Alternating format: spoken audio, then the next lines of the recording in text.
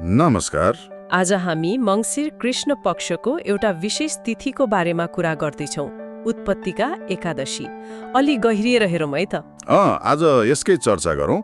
पद्मपुराण र अरू सम्बन्धित स्रोतहरू हेरेर यो एकादशी कसरी सुरु भयो अनि यसको खास महत्त्व के हो भन्ने कुरा खोतल्ने कोसिस गरौँला। ठिक छ। खासमा हाम्रो उद्देश्य भनेको यसको उत्पत्ति कथा र आध्यात्मिक पक्षहरूलाई सरल पार्नु हो। ल सुरु गरौँ त्यसो भए। उत्पत्तिका एकादशीलाई किन यति धेरै महत्त्वपूर्ण मानिन्छ?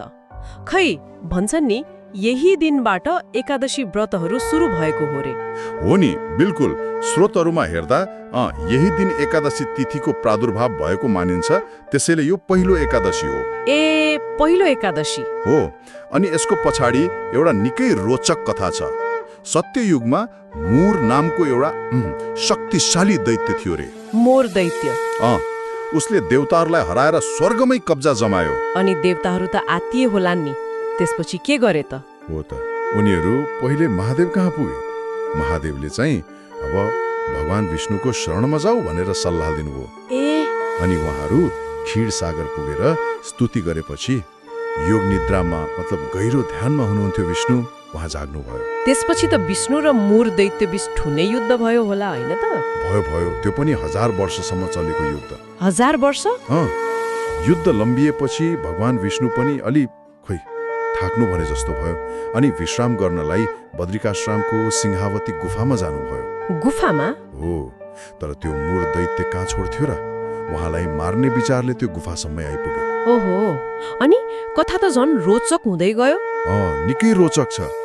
जब मुर दैत्य गुफाभित्र पस्यो नि, त्यति बेला भगवान विष्णु त निद्रामै हुनुहुन्थ्यो, तर उहाँको शरीरबाट दिव्य अस्त्र शस्त्रले एकदमै सजिएकी अति नै रूपवती एउटी कन्या प्रकट भइन्। के भन्नुभयो? उहाँको शरीरबाट? हो, उहाँकै शरीरबाट। यसले के देखाउँछ भने परमात्माको शक्ति विभिन्न रूपमा चाहिएको बेला प्रकट हुन सक्छ। त्यो उहाँभित्रै भएको शक्ति हो। अच्छा, भनेपछि एकादशी त एक देवी पो रहेछन् त? बिल्कुल। ती कन्या, ती देवीले नै मुर दैत्यसँग युद्ध गरिन् अनि अन्तमा उसको वध पनि गर्दिन्। अनि भगवान विष्णुले यो सब देख्नुभयो? उहाँ जागेर यो सब देख्नुभयो अनि ती कन्याको पराक्रम देखेर त एकदमै प्रसन्न हुनुभयो। उहाँले ती कन्यालाई वरदान माग भन्नुभयो। अनि के मागिन् त ती देवीले वरदान? ती कन्या जसलाई भगवान विष्णुले एकादशी भनेर नाम दिनुभयो, उनले वरदान मागिन्, प्रभु, मेरो उत्पत्ति भएको यो पुण्यतिथिमा जसले व्रत बस्छ नि, उसको सबै पाप नाश होस्, उसले पुण्य पाओस्। अनि भगवानले तथास्तु भन्नुभयो र एकादशीलाई आफ्नो सबभन्दा प्रिय तिथि भनेर घोषणा पनि गर्नुभयो। त्यसो भए यस दिन व्रत बस्नुको खास मतलब पापनाश र आध्यात्मिक उन्नति रहेछ। अरू केही फाइदा पनि बताइएको छ कि? हो, पाप नाश नै मुख्य फल हो। स्रोतमा एउटा श्लोक नै छ, उत्पत्तिका एकादश्याः पुण्यम यः कीर्तयेदिह सर्व पाप विनिर्मुक्तः स याति विष्णु सन्निधिम। मतलब जसले यसको पुण्यको महिमा सुन्छ वा भन्छ, ऊ पाप मुक्त भएर विष्णु लोक पुग्छ रे। अनि जीवनभर व्रत बस्नेहरू त मरेपछि वैकुण्ठ नै पुग्छन् भन्ने मान्यता छ। व्रतलाई खासमा इन्द्रिय नियन्त्रण गर्ने, भक्ति देखाउने माध्यम मानिन्छ, जसले पाप कर्मको असर कम गर्छ भन्ने विश्वास छ। तर सबैले त व्रत बस्न सक्दैनन् होला नि? स्वास्थ्यले नब्याउला, अरू कारण होला, उनीहरूको लागि केही विकल्प छ? छ। व्रत बस्न नसक्नेले पनि एकादशीको दिन अन्न चाहिँ खानु हुँदैन भनिएको छ, किनभने अन्न खाँदा पुण्य नाश हुन्छ अरे।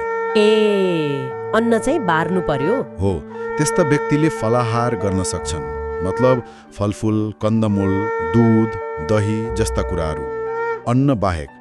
अनि एकादशीको कथा वा महात्म्य सुन्दा मात्रै पनि 1000वटा गाई दान गरे बराबरको पुण्य मिल्छ भनिन्छ।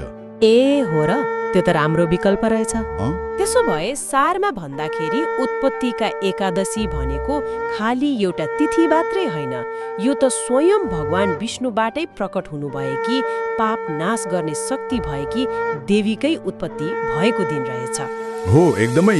र यसले एउटा अर्को महत्त्वपूर्ण प्रश्न पनि उठाउँछ जस्तो लाग्छ मलाई। स्रोतमा भनिएको छ नि, एकादशी व्रत समस्त प्राणीहरूका लागि अनिवार्य भनेर। छ त। हो, अब आजको समयमा यो अनिवार्यताको अर्थ के होला? यसको विश्वव्यापितालाई कसरी बुझ्ने होला? यो व्यक्तिगत आस्था, सामर्थ्य अनि रोजाइको कुरासँग कसरी जोडिन्छ होला? यो अलिकति विचार गर्नुपर्ने पक्ष हो कि जस्तो लाग्छ। निश्चय नै यो गहिरो प्रश्न हो। खैर, आजलाई यति नै गरौँ। फेरि अर्को अङ्कमा भेट्ने वाचा गर्दै आजलाई बिदा हुन्छौँ। नमस्कार, तपाईँको दिन शुभ रहोस्। नमस्कार।